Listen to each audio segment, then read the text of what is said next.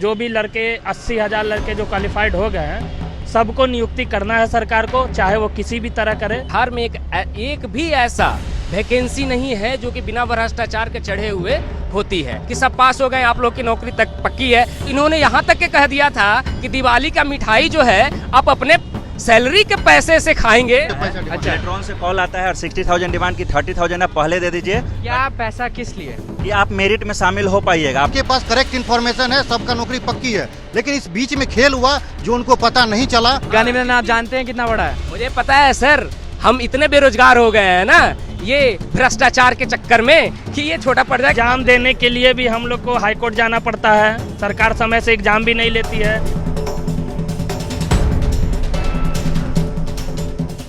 तो आंदोलन के बाद आप लोग जो आंदोलन किए उसके बाद ऐसा क्या स्कैम हो गया कि आप पेपर लेके घूम रहे हैं? सर मेरा नाम सुशील है, मैं कोर टीम का मेंबर हूं और यहां पे 21 जून को जो फाइनल रिजल्ट आया था उसमें यह डेटा पब्लिश हुआ था। डेटा में क्या था कि 24,598 कैंडिडेट को मेरिट लिस्ट 12 मार्च के अकॉर्डिंग और 6,077 21 जून के 3 सब्जेक्ट जो रिमेनिंग था उसके अकॉर्डिंग पब्लिश किया गया था। टोटल मिला के हो गया 30,676। अब हमारी बात यह है कि 37,000 वैकेंसी के अगेंस्ट में आपने फाइनल रिजल्ट दिया 30,676। जब हमारे पास आंदोलन के बाद 29 तारीख के बाद ये 30 तारीख को ये हमारे पास डेटा आता है, इसमें 80,402 कैंडिडेट को आपने क्वालिफाई किया है।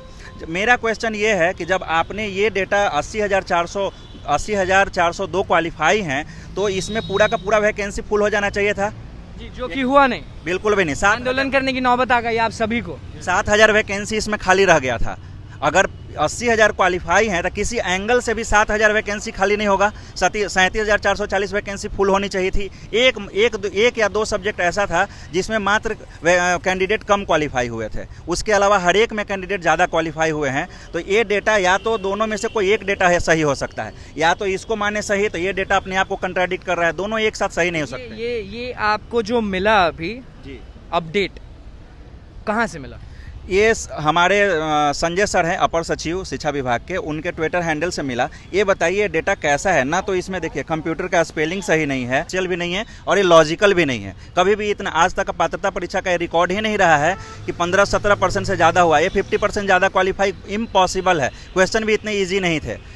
और दूसरी बात कि मैं कंप्यूटर साइंस का खुद एक स्टूडेंट भी हूँ और टीचर भी हूँ, तो मुझे डेटाबेस का बहुत अच्छा नॉलेज है। ये डेटा के साथ छेड़छाड़ हुआ है, लेकिन अगर गवर्नमेंट को मैं ये बोलना चाहूँगा, गवर्नमेंट के तक बात पहुँचाना चाहूँगा आपके माध्यम से कि गवर्नमेंट अपनी गलती को सुधारे और डेटाबेस को वो ठीक करे। डेटाबेस को आप किस तरह से ठीक करेंगे वो खुद डिसाइड करें। और बैकडोर वाले कैंडिडेट या जो पैराशूट कैंडिडेट हैं उन सबको बाहर करें और जेन्युइन कैंडिडेट को लाएं। इस कन्फ्यूजन के बारे में आप क्या बोलेंगे? देखिए, ये कन्फ्यूजन शिक्षा मंत्री हम अभ्यर्थियों को दे दिया गया है। ये हम लोगों में कोई कन्फ्यूजन नहीं है। शिक्षा मंत्री जी कन्फ्यूज्ड होकर के इस तरह का ये चीज़ कर रहे हैं। मैं शिक्षा मंत्री से यही मांग करता हूँ कि आप जितने भी क्वालिफाइड अभ्यर्थी हैं आप सीट बढ़ाइए। जितना भी उत्क्रमित हाई स्कूल है उसमें जो भी सीट खाली है, अभी भी 33,000 सीट उसमें खाली है, 37,000 ये है, तो लाखों की संख्या में माध्यमिक और उच्च माध्यमिक में सीट खाली है।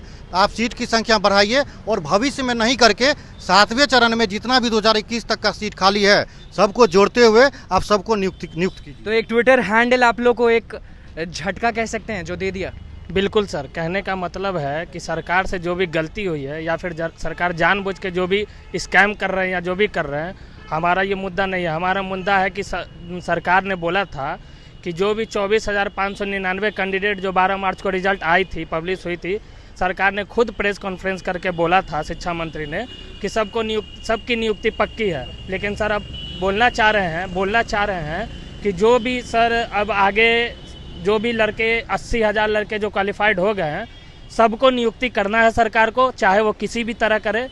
नए सृजित जो पद है जो उसको बहाली करवाए, उसमें बहाली करवाए, या फिर सर पहले से जो भी सीट खाली है उसमें बहाली करवाए, लेकिन सारे क्वालिफाइड स्टूडेंट को सर नियुक्ति होना चाहिए सर। बस आपसे मैं ये पूछना चाहूँगा कि आप चलिए रोड पे ये फोटोकॉपी ये जो आप हाथ में लेके घूम रहे हैं, कुछ साथी लेके, क्या पालेंगे इससे? देखिए, ये तो एक नमूना है हम लोग को बरगलाने के लिए। सरकार के द्वारा एक एजेंडा चलाया गया है। देखिए, अभी हाल फिलहाल में एक हाई कोर्ट का स्टेटमेंट आया है जो कि ये अमीन बहाली में मेरिट पे जो धांधली हुई है उस पे है, जो कि जांच के लिए कमेटी बना दी है। हाई कोर्ट आदेश दिया है। अब देखिए, बिहार में एक भी ऐसा वैकेंसी नहीं है जो कि बिना भ्रष्टाचार के चढ़े हुए होती है। लेकिन ये आनंद किशोर का ड्रीम प्रोजेक्ट था, आनंद किशोर सर का ड्रीम प्रोजेक्ट था कि बिहार, आपको उम्मीद थी? हाँ बिल्कुल, ये आनंद किशोर सर की उम्मीद थी कि ये बिल्कुल साफ सुथरी, आप लोग की उम्मीद तो छोड़िए, आनंद किशोर की उम्मीद थी? बिल्कुल। सबसे पहली जब उन्होंने विज्ञप्ति जारी किया था स्टेट 2019 का, तो उस वक्त सर की बिल्कुल मंशा साफ सुथरी थी और उसी मंशा साफ सुथरी के कारण ही हम लोग 12 मार्च में आ पाए थे।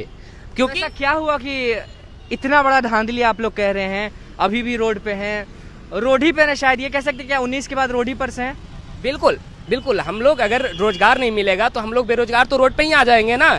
तो हम लोग को तो रोजगार मिल गई थी ऑलमोस्ट, शिक्षा मंत्री के द्वारा, सब पास हो गए के द्वारा कि सब पास हो गए, आप लोग की नौकरी तक पक्की है। इन्होंने यहाँ तक के कह दिया था कि दिवाली का मिठाई जो है आप अपने सैलरी के पैसे से खाएंगे, सैलरी के पैसे से खाएंगे, फर्स्ट सैलरी के पैसे जो आपको बिहार गवर्नमेंट की तरफ से देगी। इतनी बड़ी सौगात उन्होंने दे दी थी। क्या लगता है फर्स्ट सैलरी आप लोगों को, जितने भी लोग यहाँ पे हैं, कब मिलेगा फर्स्ट सैलरी? क्या लगता है? मुझे तो लगता है कि सर पहले ज्वाइनिंग हो जाए। अभी जिस तरीके से ये केस अटक रहा है, केस में चला गया है, और हमारी गवर्नमेंट जिस तरीके से कर रही है, गवर्नमेंट से मेरी यही मांग होगी कि आप सीट को इंक्रीज कराएं। आपके पास आरटीआई के अकॉर्डिंग 2021 तक 3.5 लाख कैंडिडेट का वैकेंसी खाली है, तो आप उसको एडजस्ट कीजिए। हर एक कैंडिडेट जो भी क्वालिफाइड हैं सभी को जॉब पक्की कीजिए और ये सुनिश्चित कीजिए कि आप सभी की जॉब पक्की हो गई। क्या लग रहा है फर्स्ट सैलरी कब पाएंगे? देखिए कब तक मिलता है, मुझे तो लगता है कि मिलना भी बहुत मुश्किल है फर्स्ट सैलरी, क्योंकि हम लोग बहुत बेरोजगार हैं। अभी हम लोगों को फर्स्ट सैलरी का ज्वाइनिंग भी असंभव दिख रहा है, क्योंकि इसमें मास लेवल पे धांधली हुआ है। कहिएगा, इसका बहुत सारा एविडेंस है। आप देख रहे हैं बहुत सारे चैनल पे जो रिकॉर्डिंग चल रहा है, बेल्ट्रॉन की तरफ से फ़ोन गया था, जहाँ तक हमको भी फ़ोन आया था। हम भी वह उस लिस्ट में है जो हमको भी कॉल किया गया था 12 मार्च से पहले।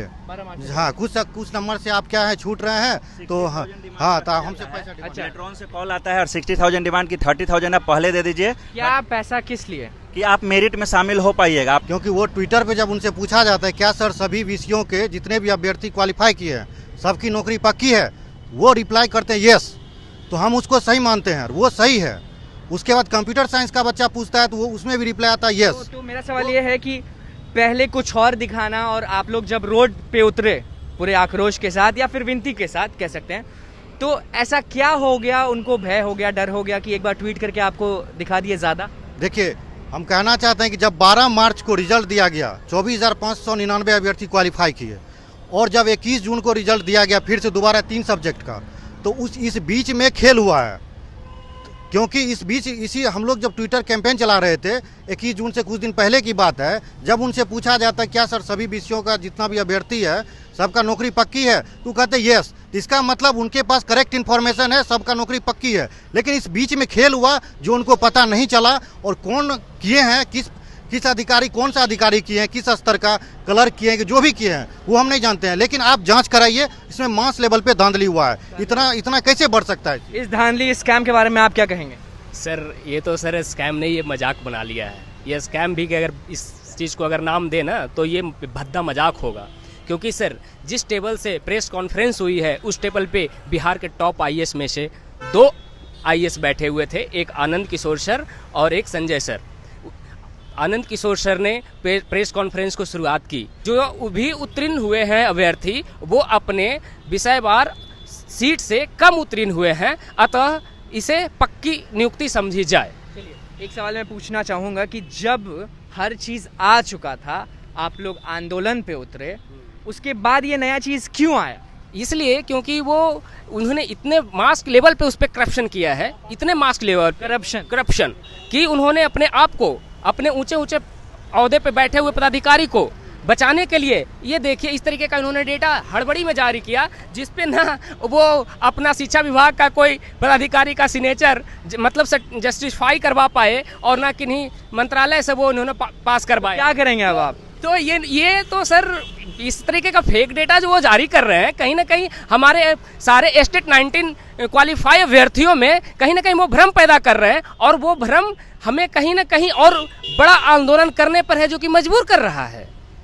तो हम अब इसके बाद आप क्या करेंगे? पेपर लेके घूमेंगे? नहीं, बिल्कुल नहीं, हम हार मानने में से वालों में से नहीं हैं।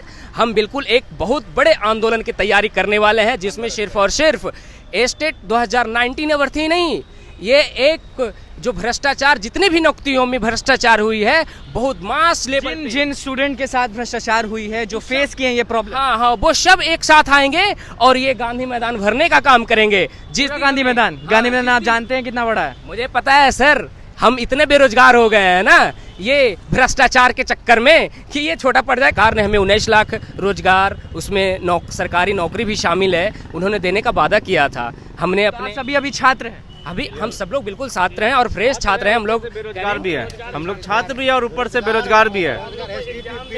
STT एग्जाम देने के लिए भी हम लोग को हाई कोर्ट जाना पड़ता है। सरकार समय से एग्जाम भी नहीं लेती है, एक बार लेती है, एक बार में तो इसका एग्जाम क्लियर होता नहीं है। 4 बार में एक ही एग्जाम हम लोग देते हैं। उसके बाद रिजल्ट प्रकाशित करने के लिए भी हम लोग हाई कोर्ट जाते हैं। उसके बाद रिजल्ट में धांधली के लिए भी हाई कोर्ट जाते हैं। फिर नौकरी के लिए भी हम लोग सीईटी वाला धांधला कह सकते हैं इसको। बिल्कुल। मैं माननीय उच्च न्यायालय से ये अपील करता हूँ, ये दरख्वास्त करता हूँ कि प्लीज आप इस पे है जो कि अपना है जो कि संज्ञान लीजिए, इस पे अपना स्टैंड ये रखिए, क्योंकि ये देश का युवाओं का भविष्य का तक पेपर लेके घूमते रहेंगे। सर हम लोगों को जस्टिस नहीं मिला तो हम लोग CBI इन्वेस्टिगेशन का भी मांग करेंगे, कर रहे हैं सर। मांग कर रहे हैं। पे भी हम लोग बैठेंगे।